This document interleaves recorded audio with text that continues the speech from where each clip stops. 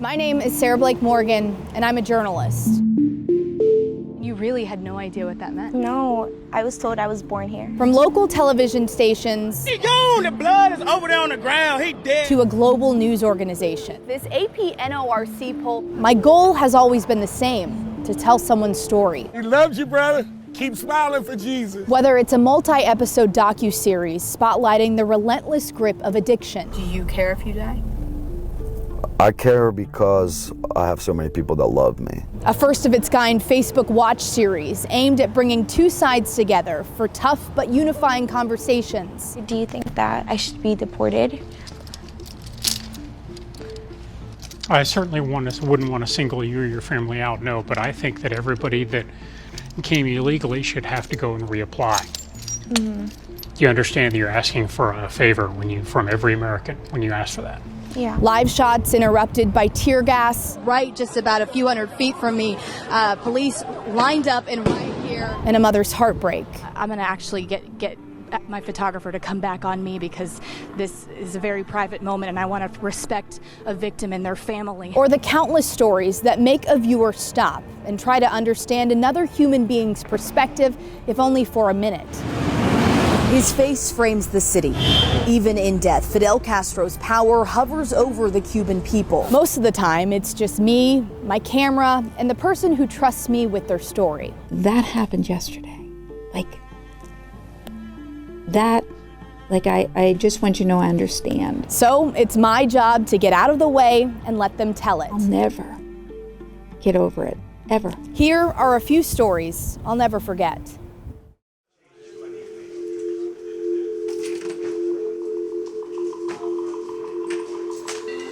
it ever get old? No, because I'm scared every time. If I wasn't scared, I wouldn't do it. My mom hates it. Why? Obviously, I'm a baby. So my mom's like, that's my child. I don't want him to get hurt. I don't want him to die or anything.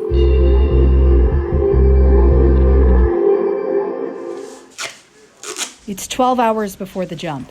Paratroopers run through an endless checklist as anticipation mounts. My wife asked me why I'm doing this, and I told her to hopefully one day get over my fear of heights. Tomorrow, the 82nd Airborne Division will jump into Melgar, Colombia. Just gotta believe in the parachute to open, and just whatever happens, happens. Her land. It's a multinational training exercise between U.S. Southern Command and the Colombian Army. But the preparation is as close to reality as possible to ensure these soldiers are always ready. When you start out younger in the military, you don't recognize the reason that you're doing things.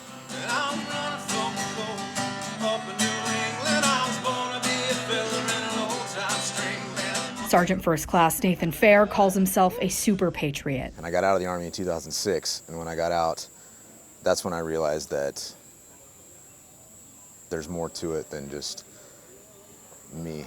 There's more. It's about the mission, it's about the men. Be present with each other, be present with the Colombians, but the biggest one is be present with each other. Because the time you have in this company, your platoon, your squad, your section, it's not forever.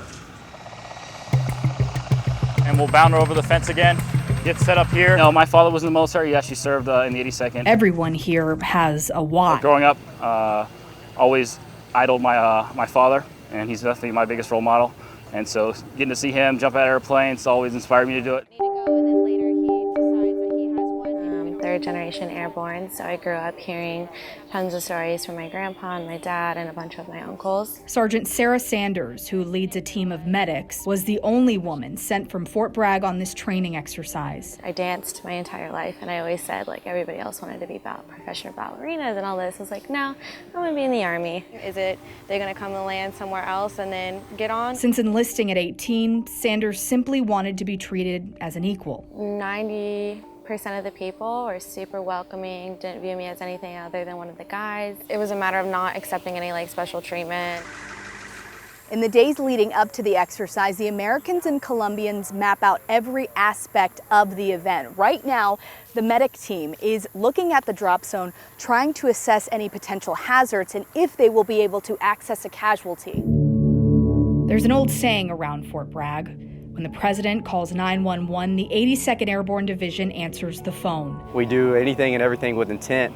As you've seen with this whole operation, it didn't take us long to establish ourselves here in Colombia. These soldiers live life on standby. We pride ourselves on being able to deploy a battalion-sized element overseas in under 18 hours. And that's exactly what happened on New Year's Eve. Amid rising tensions with Iran, the Immediate Response Force was activated, deploying 3,000 paratroopers from Fort Bragg to the Middle East within days. These soldiers know they could be next. I want to say I do this not for fun, just to prove myself. I would say I feel like I had something to prove to myself, and that's why I'm here. Have you proven yourself yet? Not yet.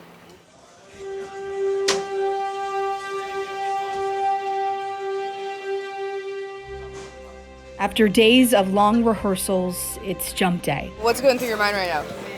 I'm just ready to get it over with.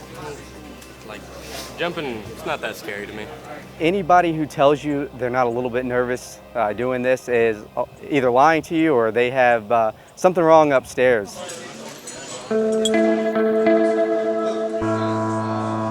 American and Colombian paratroopers suit up. And you can route it back through? With more than 100 pounds of gear.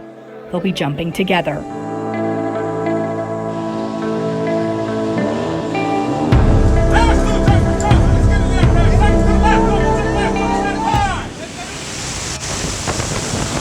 Standing inches away from the ledge of a door with, winds up to 160 mile an hour, just gusting right outside. It's something you can't experience going to Six Flags. This moment on the edge is what a paratrooper lives for.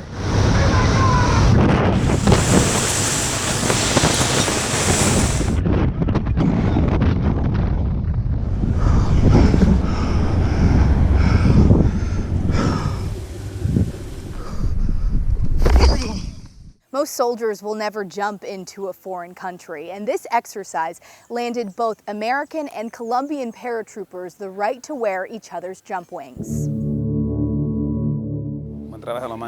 My guys are really young. For many of them, this is their first time outside of the country, and it's really good to see them interact with the host nation and see that, hey, this guy is exactly like you, doing the exact same thing that you're doing, and if it comes to it, and we have to fight together, so they know we got each other's back. For these paratroopers, what was an alliance on paper just days ago is now a bond among soldiers.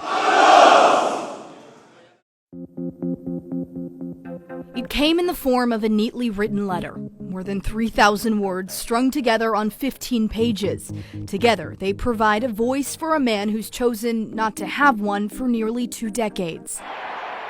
The world watched as the star Carolina Panthers wide receiver morphed from a person people wanted to be 2 more days, I think I'll be fine. into one they hated. Federal agents arrested a somber Ray Caruth in western Tennessee after what could be the greatest fumble of his career. The ultimate fall from grace landed the talented athlete a sentence of 18 to 24 years behind bars for conspiring to kill Sharika Adams, the mother of Caruth's unborn child. Was shot 4 times in an allegedly pathetic scheme. Luckily, none of the bullets hit the baby. Great! Yeah. That baby is now a young man, and that young man, Chancellor Lee Adams, who has bright eyes and an infectious smile, is why Caruth says he's finally speaking out.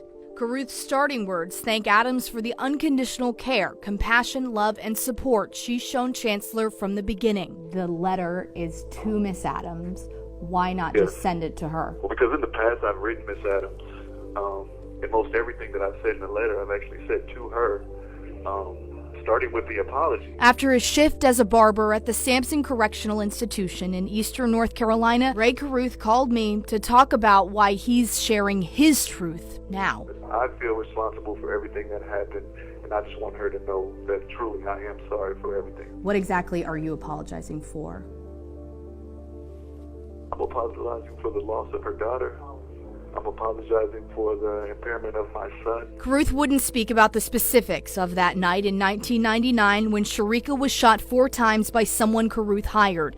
But he does take responsibility for the actions that left his son without a mother and a father. Of course, if I could change anything, I'd change the whole situation. His mother would still be here, and I wouldn't be where I'm at. So, I mean, that's what I would want to change. I would want to change for the incident to never have happened at all. Carruth's letter offers not only an apology, but also an opportunity to push back on what he says are inaccurate narratives and headlines that have populated his story over the years. He knows his words may bring more anger and hate against him and writes, "I've long accepted my lot as the social pariah, but is setting the record straight to gain much-needed peace of mind."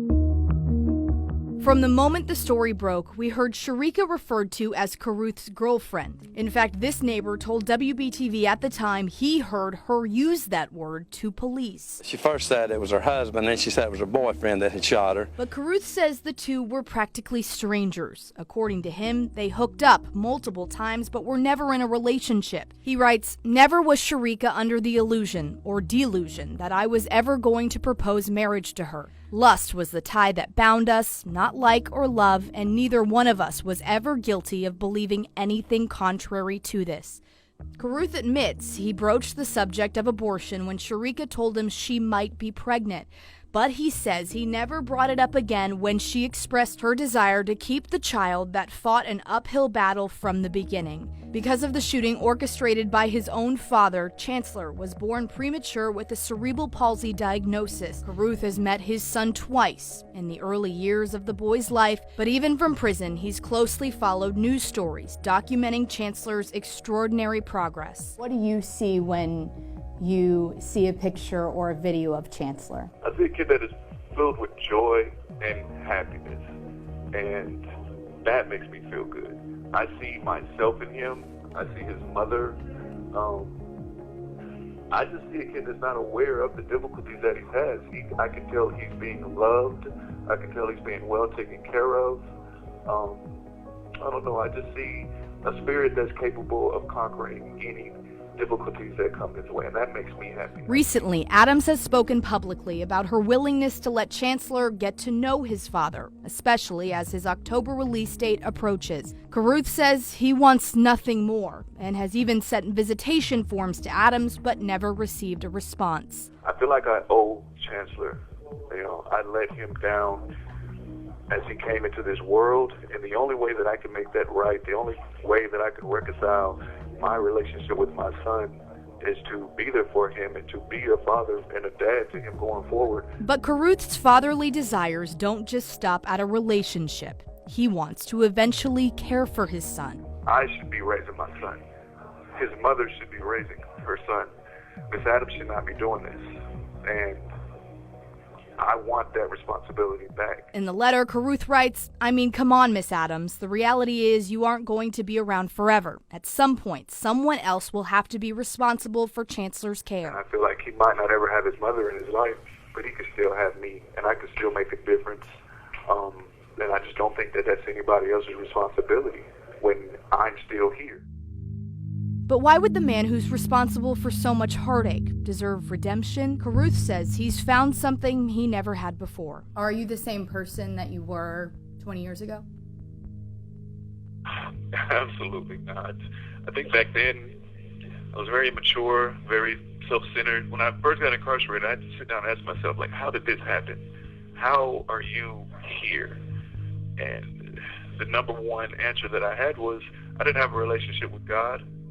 And I know some people might smirk or laugh about that, but I know now that I have a very real relationship with God, and that's changed the way that I see and view a lot of things. 17 years in prison has given him a lot of time to think. I think the biggest lesson I've learned is that the choices that we make in life don't just affect us. They affect your loved ones, your family, the people around you. And that's something I didn't realize before. In 8 months, Carruth will be a free man. Adams has said she'll be at the gates with Chancellor waiting for him, but Carruth wants to start building that relationship now. Ever the athlete, he ends the letter writing, "Ball is in your court. You and Chancellor take care and be blessed. Respectfully, Ray Caruth. In Lee County, Alabama, early sunlight filters between snapped trees and crumbled structures. Here, James Baker feels the depression of Mother Nature's fierce grip. It got dark, right? And then I said, Joe, I said, you hear that? That sounded like a train coming. I said, you hear that, Joe? And by that time, right? Boom! Sunday's EF4 tornado, the deadliest to hit the United States in 6 years, blasted this rural community with winds up to 170 miles per hour, taking with it dozens of homes, countless irreplaceable belongings, and 23 lives. When your home is quite literally ripped off its foundation and everything you own scattered about like trash, where does one even begin to start over? I keep asking that question to the people here in Lee County, and almost everyone has the same answer: one piece at a time. We just try to put the pieces back together and go on and just try and rebuild. A day later, Carol Dean was in the middle of what was left of the home she shared with her husband, David. Our son found him. He was done gone before we got to him. Soulmate is how she describes the man who's now a memory.